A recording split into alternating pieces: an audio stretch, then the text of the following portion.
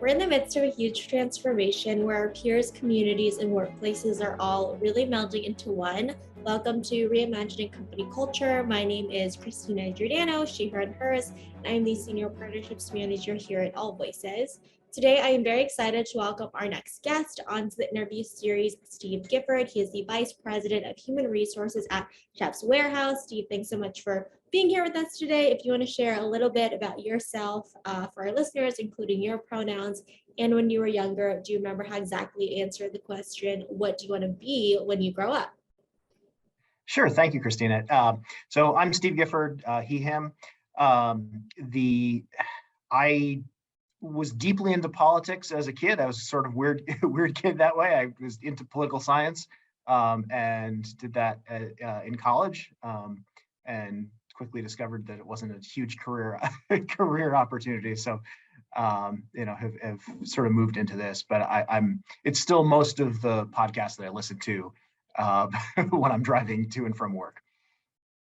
I love it. Fast forward to today. How has your personal journey really led you to be specifically at Chef's Warehouse and also Vice President of Human Resources, being in the field?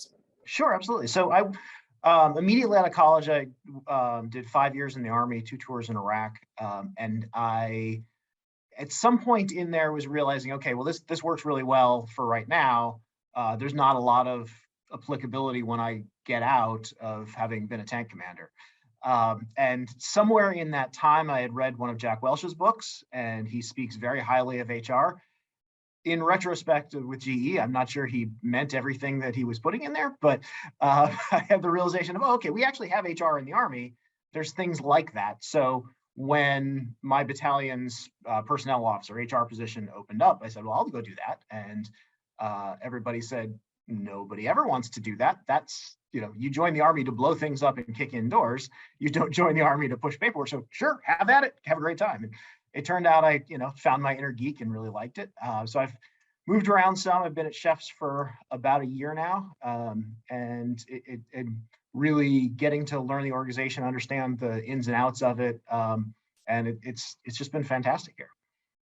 Congrats on being there for a year, and appreciate you sharing your story and kind of your why for getting into this work as well. A lot of transferable leadership skills and really planning, collaborating with folks too. How are you and really all of the HR team thinking about that intentional growth at Chef's, especially as you continue to add new team members and folks move around in the organization as well? If you have any specific examples there. So it's super top of mind for us. To set the stage a little bit, Chef's is a $2.5 billion a year publicly traded company, 3,500 employees. Coast to coast, we literally announced today we're acquiring a 200-person operation in Dubai. And so that's on that too. Yeah, it's very timely. So we put a lot of thought into what that looks like when we bring a new company in and integrate it in, because every time we have an acquisition, and our CEO has challenged us to look at, what it looks like to double the business in 5 years. Some of that's going to be organic growth. We have a lot of upside in a lot of the markets we're in, but some of it's just going to be finding competitors that are really close fit for what we do and bringing them into the fold. From the people point of view, that is a very complex thing that you want to really think through with a lot of intentionality, because the reason that we are buying that acquisition is first and foremost the people in it. They've created something unusual and unique there. There are lots and lots of commodity restaurant service companies that just, you want eggs, they'll show up with eggs. We show up with really high quality eggs and milk and cheese and everything else.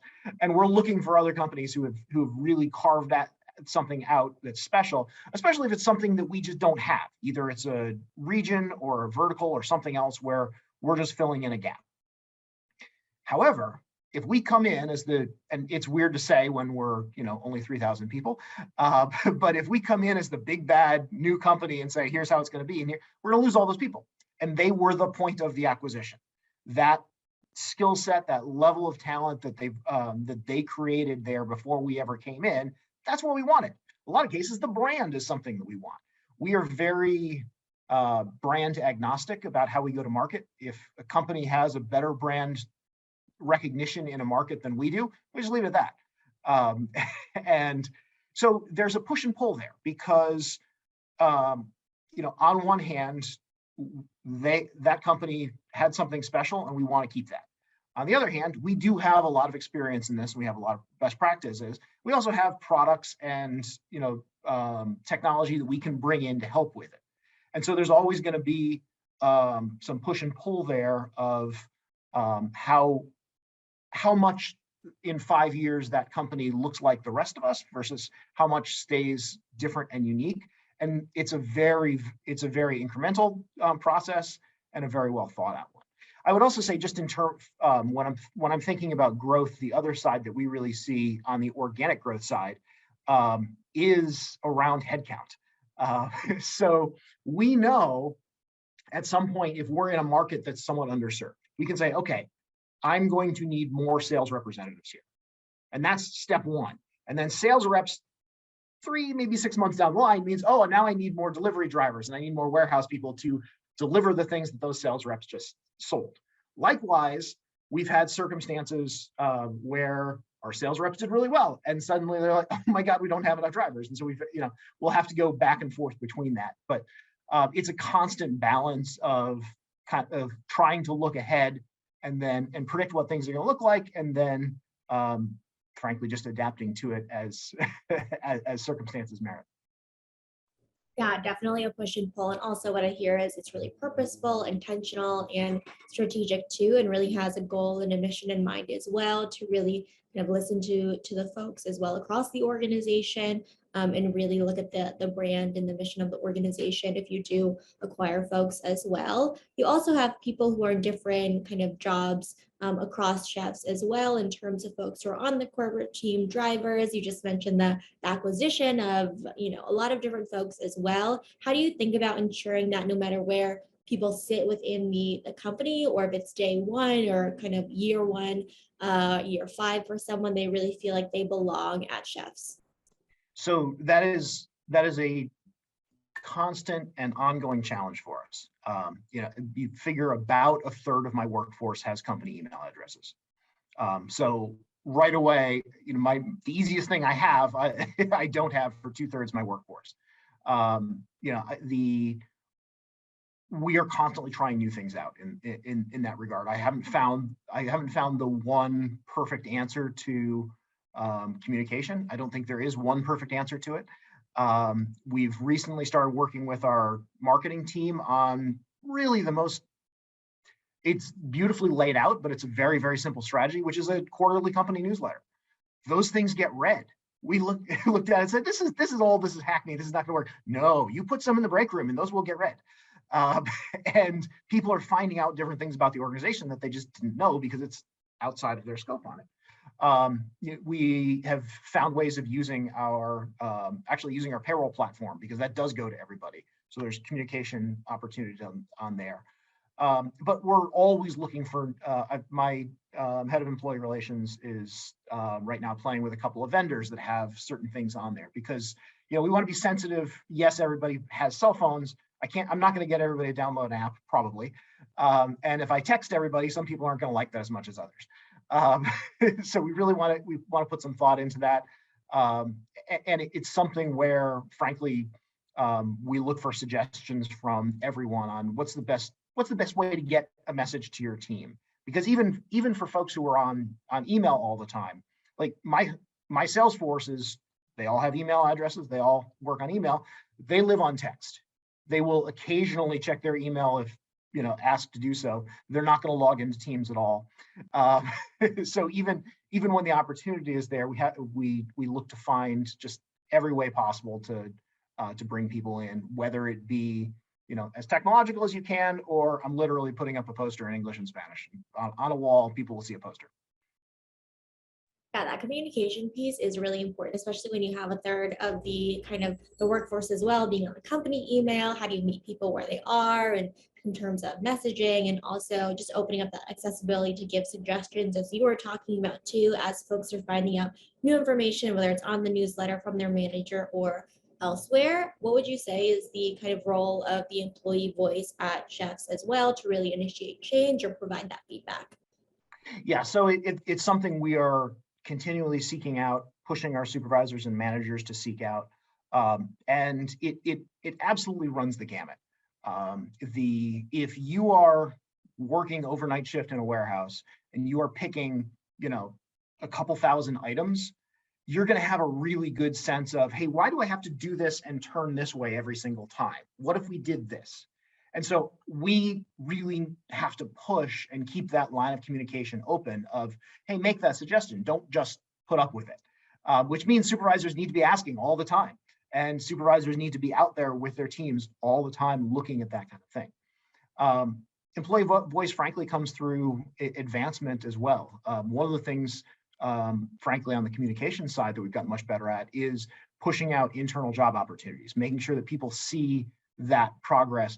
And because we're made up of acquisitions, sometimes we will stovepipe and the opportunities that are in your building. You don't have a lot of visibility on the opportunities that are in other locations. And if you're geographically mobile, those are perfectly good opportunities for you.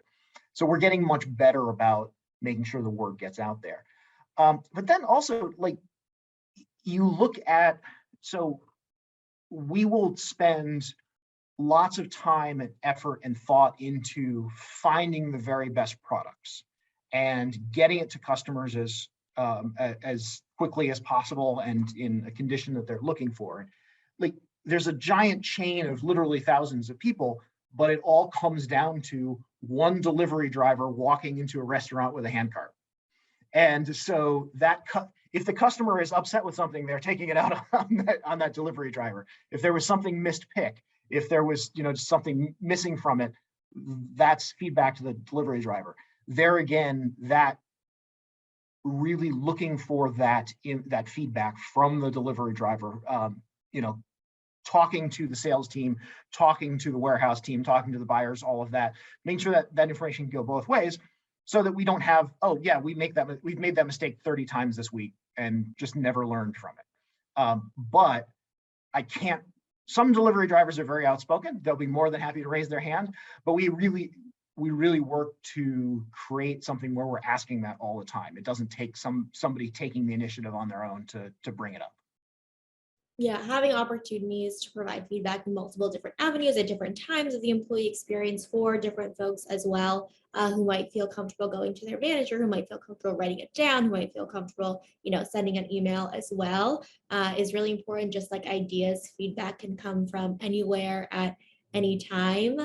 You mentioned also that visibility in terms of internal mobility, jobs, and different roles there. We talked about this in terms of communication too, but the importance of managers as conduits for information, to remove blockers for their team, to communicate. How do you really train and resource managers to be the best leaders for their individual team? So for me, anyway, it starts with the understanding that even in a company that's relatively small like ours, most employees are not going to have any idea who I am. Most employees are not going to have any idea who most of the people who work in the corporate office are. They may recognize the CEO, they may not. Their division vice president, maybe, but the understanding that you have to have is that from an individual employee's point of view, their supervisor is this $2.5 billion organization. That one person right there is Chef's Warehouse to them. And so, that enablement, as you said, makes all the difference of making sure that, first of all, the supervisors realize that and, try and live up to that. But there's some basic communication pieces to that, where you don't want to be coming in and say, well, we're going to do this because Mike told us we have to do this. No, here's why. But also, as people come to you with problems, you, the supervisor, need to try and figure out how to solve them. And if you can't, that's fine. Go find how you can, because that is your credibility as a supervisor. And very quickly, people will learn, oh, I bring my problems to Andy and he doesn't do anything about it. So I guess that my problems just can't get fixed, or I guess he's just not the guy to do it. And so really driving it home that they need to take ownership and essentially almost live up to the, how they are seen and how they are perceived. And sometimes that's going to mean trying to figure things out even though you don't have the answers.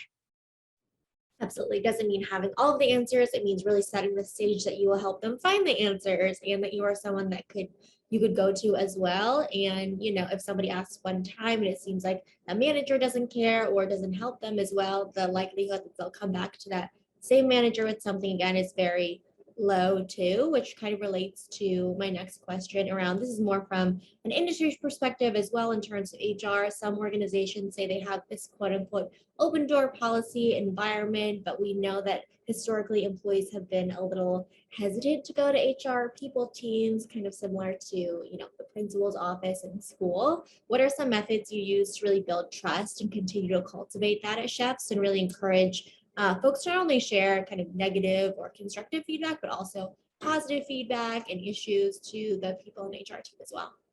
So it's really a very similar answer and response, which is that you need to look for it. As leaders and as HR professionals, we need to be present. We need to be out on the floor. We need to be, somewhere where it's easy for people to come in. So they don't literally have to go open a door or find somebody in office. Especially, we run 24 hours a day.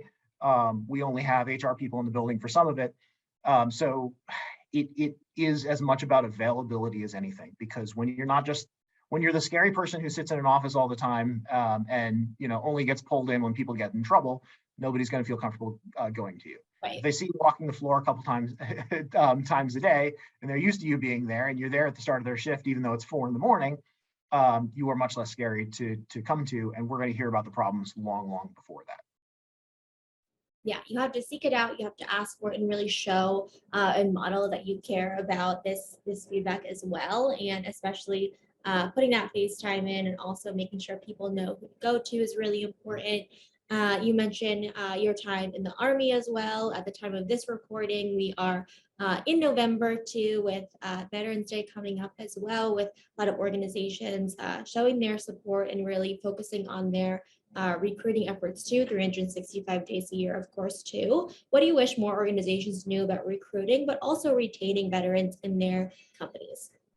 So this is something that doesn't get talked about as much, but is a very important, I think, understanding of both who veterans are and how veterans kind of approach things, especially folks who are very newly out of the military.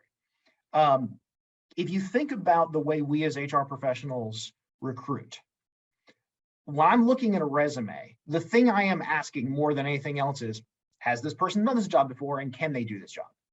There's a lot of details to it, but that's a lot of what it boils down to. Think about not the military as a patriotic push or something weird that exists off in nowhere. Think about it as an organization and as a recruiting organization. You cannot recruit somebody who has prior experience with a different army. That doesn't exist. That would actually raise a lot of questions. So what the military does extremely well is, instead of looking for people who have a set of experiences, the military screens for people who are going to be very trainable, who are going to be able to learn things on the fly. We select for that because we're going to have to train you everything. You probably don't have experience firing a 155 howitzer. It didn't come up in high school. So and also in the military, we sort of expect that any given plan is just going to be thrown out the window within 5 minutes of bad things happening. And so part of that trainability is also adaptability of being able to say, okay, I wasn't planning for exactly this, but I kind of know what they were looking for in it, so we'll go from there. Regardless of branch of service, that is a major thing that the US military pushes. When you get out of the military, it's a very different situation just from a resume standpoint. Because if I put on 19 kilo armor crew member, that doesn't mean anything to anybody. Whereas before, if I could put a series of numbers and letters, and that would be my entire resume, I would know what you did.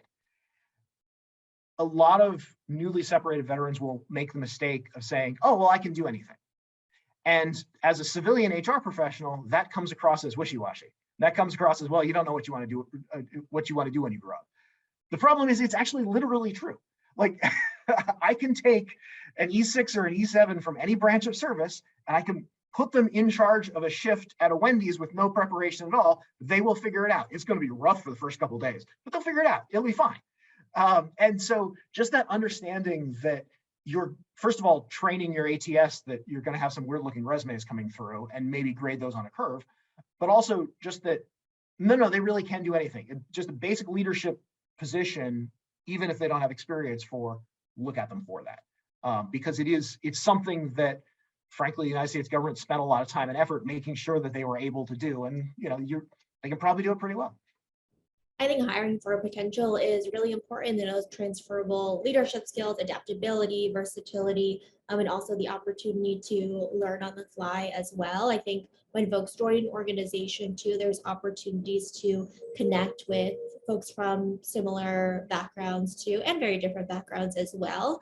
And one of those ways are employee impact, business resource, or employee resource groups as well. And typically these are for kind of historically marginalized folks. And one of the ERGs that I've seen at other organizations too is specifically for veterans, and knowing that like any group who is under an ERG is not a monolith. But in your experience specifically at Lowe's, have you seen kind of any important goals around setting up this successful community or veteran ERG that you want to share with folks who are listening? No, and I'm yes, I thank you for bringing up Lowe's, actually, because it's a goal of mine to set something up at Chefs here. I don't quite have the critical mass yet, but we're getting toward that. But at Lowe's, we had a fairly successful set of ERGs. The veterans one, which I was involved in at the time, the greatest there were certain community service things that the veterans ERG did that were, again, critical mass becomes important. So a lot of them were around the corporate headquarters where we just had a lot of people around, but partnering with Veterans Group, partnering with repairs on a American Legion building or something like that. I think the biggest value on any of them is less the formal project and more, frankly, the networking. It is a weird way to run into people who you would never encounter in the rest of the organization.